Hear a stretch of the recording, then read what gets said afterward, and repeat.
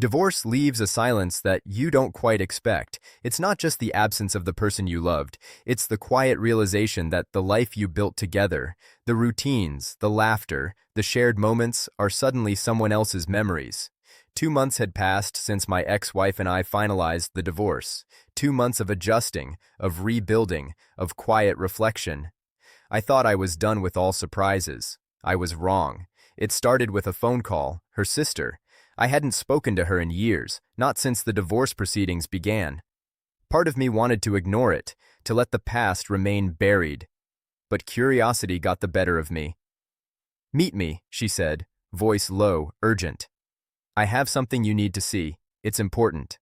We arranged to meet at a small cafe downtown. I arrived early, my mind running through every possible scenario. Maybe she had regrets about the divorce, maybe she wanted to warn me about something, maybe it was nothing.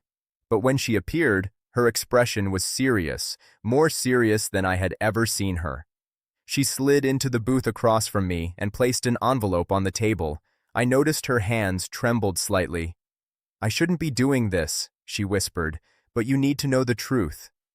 I didn't touch the envelope. I waited, letting her words sink in. "It's about your ex," she said finally, "and the things she did behind your back." My stomach tightened. I had suspected infidelity during the marriage, had even found a few suspicious texts, but I had buried them. I wanted to believe, or maybe I just wanted to survive. "Open it," she said, nodding toward the envelope.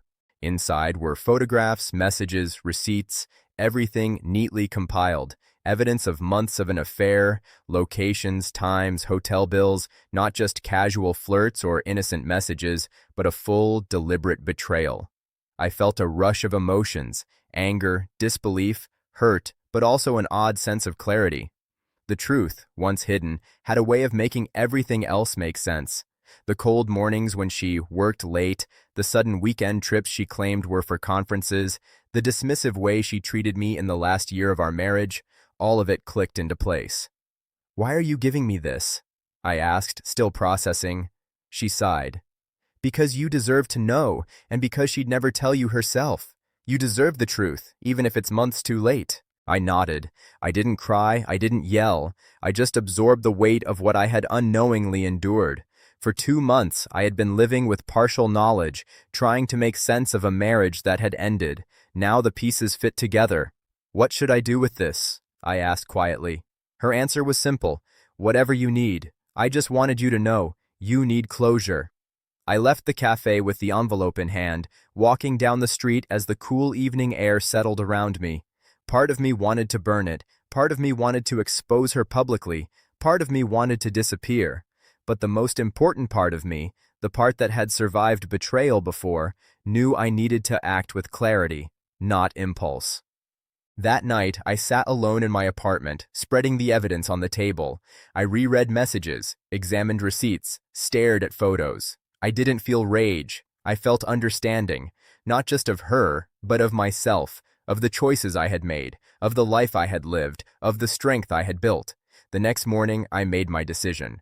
I wouldn't let this betrayal define me. I wouldn't dwell on what she did or what she thought she could get away with. I would use it to fortify myself, to move forward, to build a life that no deceit could shake.